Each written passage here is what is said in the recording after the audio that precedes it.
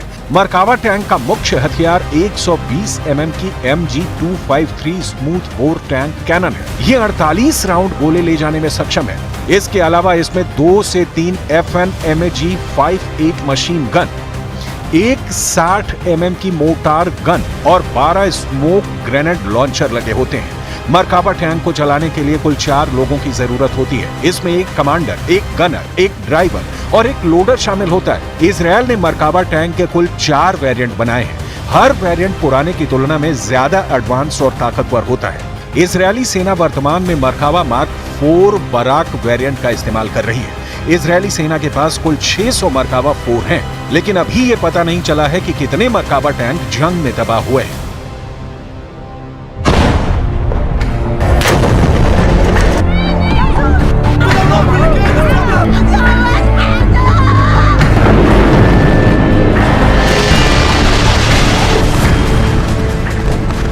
Gaza युद्ध के साथ साथ इजरायल ने लेबनान युद्ध में भी अपनी बढ़त बनाने के लिए हमले तेज कर दिए हैं।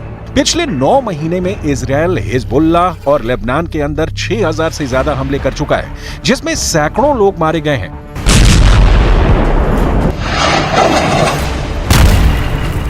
हालांकि उत्तरी इजरायल की तरफ से इजरायली सेना पर हिजबुल्लाह भयानक हमले कर रहा है, लेकिन इजरायल का आयरन डोम अभी रॉकेट हमलों को नाकाम कर रहा है।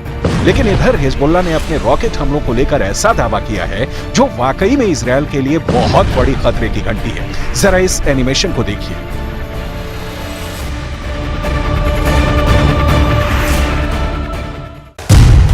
हिजबुल्लाह के दावों के मुताबिक 16 और 17 जुलाई को हिजबुल्लाह की रॉकेट ब्रिगेड ने उत्तरी इजरायल पर भयानक रॉकेट हमले किए हैं।